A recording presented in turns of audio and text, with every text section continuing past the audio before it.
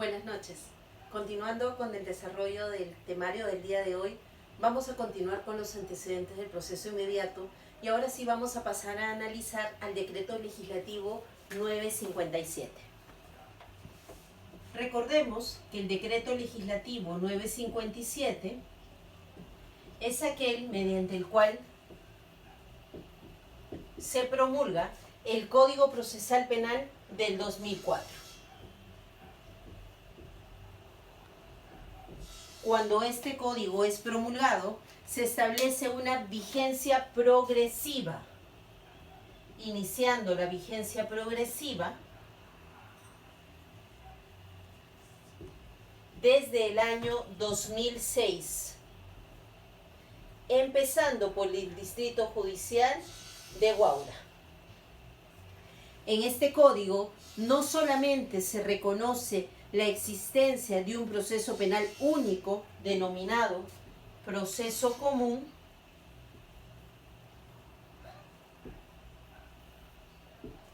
sino que se establece el reconocimiento y sistematización de la existencia de procesos especiales.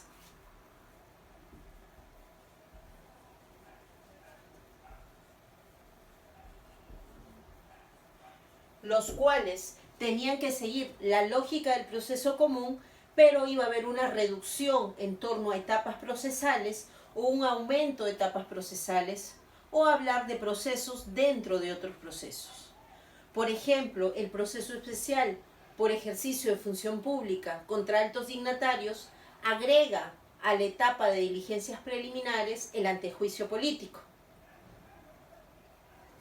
En el caso del proceso especial de terminación anticipada, es un proceso especial dentro de otro proceso, o el proceso especial de colaboración eficaz, que es un proceso especial dentro de otro proceso, o un proceso con autonomía, como es el proceso especial de seguridad, que es el seguido contra los inimputables, o el proceso especial por ejercicio privado de la acción.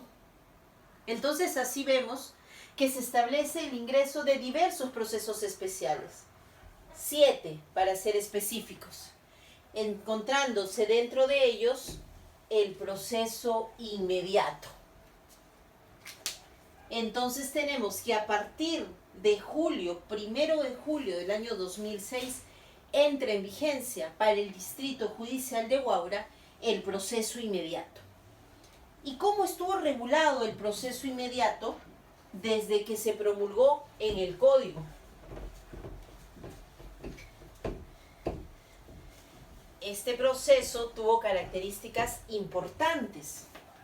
Primero, lo encontramos regulado en el artículo 446 y siguientes del Código. Ubicación normativa. Los que tienen su Código Procesal Penal a la mano y que tiene antigüedad, que sea hasta antes del año 2015, va a poder encontrar el primer articulado del artículo 446.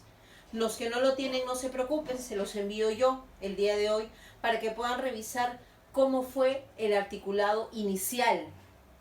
La primera característica es que se habla de un proceso especial inmediato,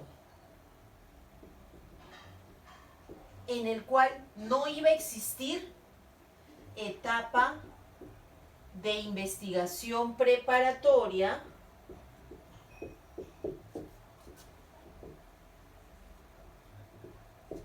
formalizada. Se prescindía de la etapa de investigación preparatoria formalizada. No. Esa era la característica esencial del proceso inmediato. Y nos daba supuestos en los cuales se podía aplicar. Otra característica fue que el fiscal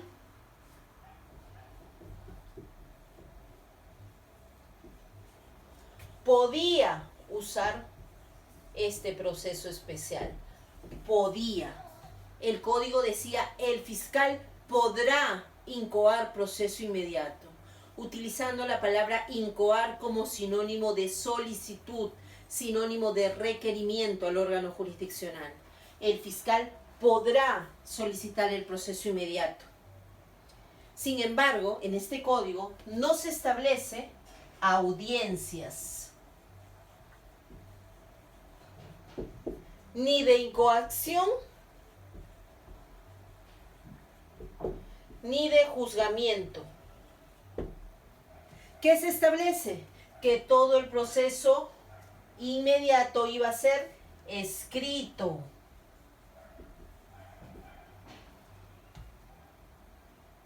No se prescinde de etapa de juzgamiento como del proceso sumario, pero se prescinde de la etapa de investigación preparatoria, etapa esencial para recabar actos de investigación. ¿Qué otra característica tiene? Que no hay supuestos de aplicación obligatoria, no hay tipos penales específicos. No se habla de conducción en extraviariedad, no se habla de omisión a la asistencia familiar. ¿Se puede llegar a una terminación anticipada? Sí. Antes de acusación, nos dice. Antes de acusación. No se establecen plazos para acusar. Solo se dice tendrá que ser inmediatamente. No se habla de 24 horas, 72 horas, sino solamente inmediatamente. No hay posibilidad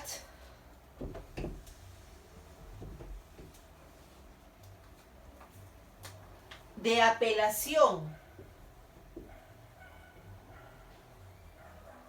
ni en uno ni en otro sentido.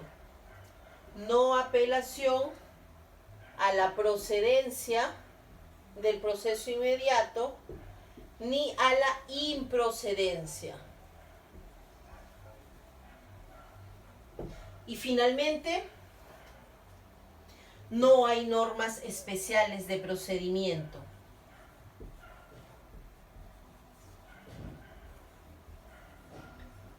¿Qué quiere decir? Que no hay formas específicas de impugnar, hay que ir a la parte general. No hay normas específicas de etapa intermedia, hay que ir a la parte general. No hay normas específicas de juzgamiento, hay que ir nuevamente a la parte general.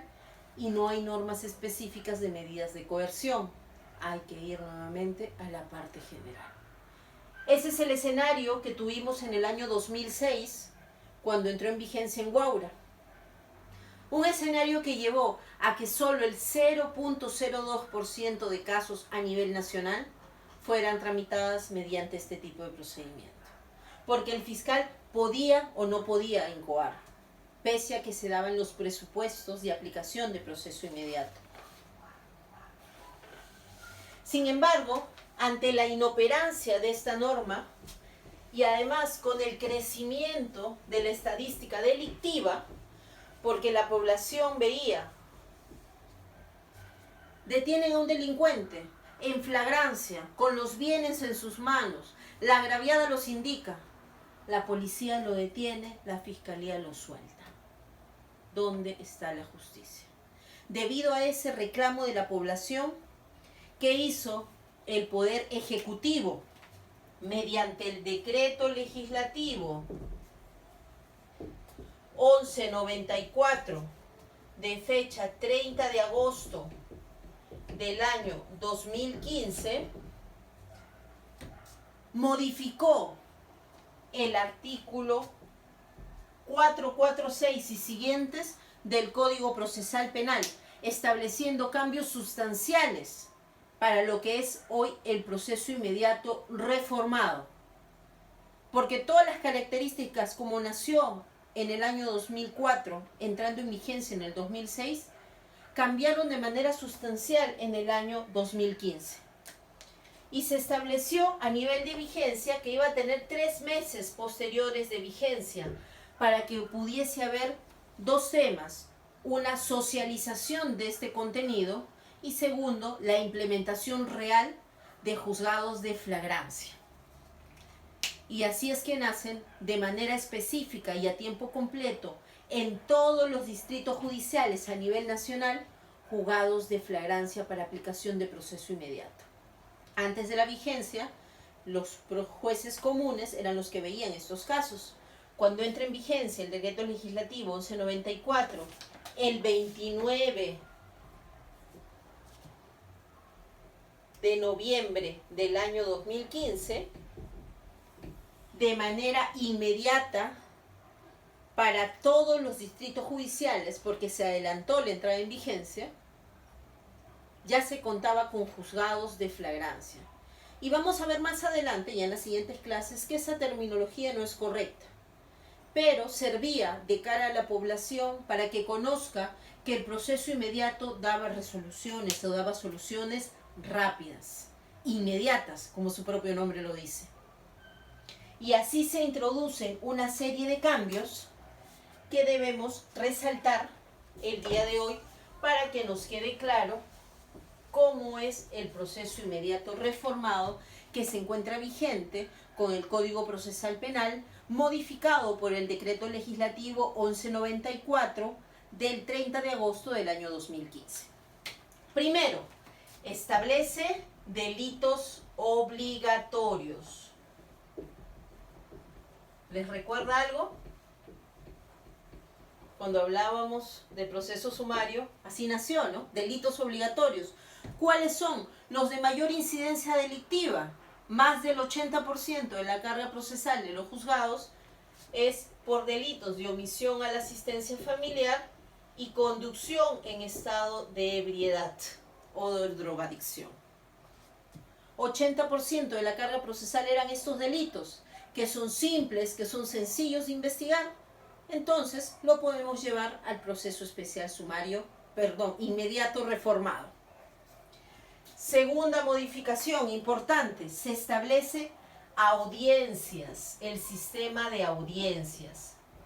Con el Código del 2004, Decreto Legislativo 957, todo el proceso inmediato era escrito. Sin embargo, aquí se establece dos audiencias. La audiencia única de incoación de proceso inmediato y la audiencia única de juzgamiento. Porque si bien eliminaban la etapa de investigación preparatoria, tenía que existir la posibilidad real de debatir qué pase a este tipo de proceso. Y esto se veía en la audiencia única de incoación de proceso inmediato. Debatir si era procedente o no es procedente. Y además establecer la posibilidad de apelar esta decisión. Lo mismo pasa con la audiencia única de juzgamiento, que agrupa la etapa intermedia y la etapa de juzgamiento a cargo de un juez unipersonal o un juez colegiado. Y finalmente, la tercera modificación es el adelanto de la vigencia a nivel nacional. Ya no teníamos que esperar hasta que ingresase el código para que en todos los distritos judiciales se tramitase el proceso especial inmediato. Esas fueron las tres grandes novedades del Decreto Legislativo 1194. Finalmente, estimados alumnos, ya para concluir la clase de hoy, en lo referido a los antecedentes, tenemos que tener presente que conforme ha señalado el Acuerdo Plenario 2-2016 del 1 de junio del año 2016, 6 meses después de que entró en vigencia, más o menos, 6 a 7 meses, los antecedentes internacionales de este proceso viene a ser el judicio inmediato. El judicio inmediato es un procedimiento penal especial que se reúne en el Código de Procedura Penale, que ha entrado en vigencia en 1988 en Italia, en el cual se caracteriza por la falta de la audiencia preliminar, que viene a ser nuestra investigación preparatoria.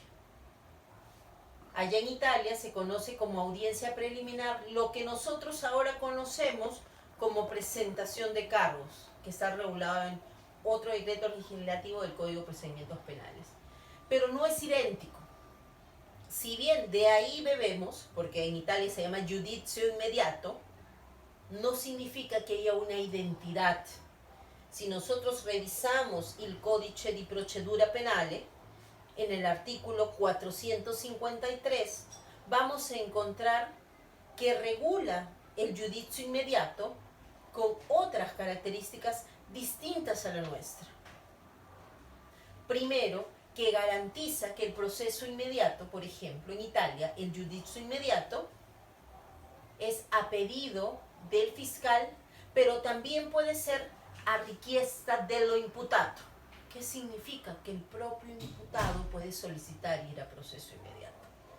Esa normativa nosotras no la tenemos. El único que puede solicitar incoación de proceso inmediato es el fiscal. Y esa es una característica muy importante que nosotros no bebemos del giudizio inmediato italiano. También señala que no basta la evidencia de la prueba, que es la evidencia delictiva en nuestro caso, sino que es necesario que se haya realizado un indagini interrogati dei fatti all'imputato. ¿Qué significa? Al imputado tenemos que interrogarlo previamente antes de incoar proceso inmediato, porque se garantiza sus derechos. Y en esencia el giudizio inmediato procede o no procede en Italia si es que el imputado acepta el proceso inmediato. Porque si el imputado señala que necesita un proceso común, se le da preferencia al imputado para que pase a proceso común, porque se debe resguardar su derecho de defensa. Ya en la siguiente clase vamos a ver los alcances que nos ha traído a colación el Acuerdo Plenario 2-2016 del 1 de julio del año 2016. Porque en este acuerdo plenario se hacen cuestiones interpretativas de la normativa que se reformó mediante el decreto legislativo 1194, porque hubo bastantes problemas y los convino a poder buscar información sobre el caso Buscaglia. El caso Buscaglia es un antes y un después. La señora que tiró el kepí de un policía en el aeropuerto y que le impusieron una pena vía proceso inmediato de 6 años y 8 meses de pena privativa de libertad efectiva vía terminación anticipada, fue un antes y un después para la aplicación del proceso inmediato. En resumen, ¿qué es lo que tenemos que saber el día de hoy?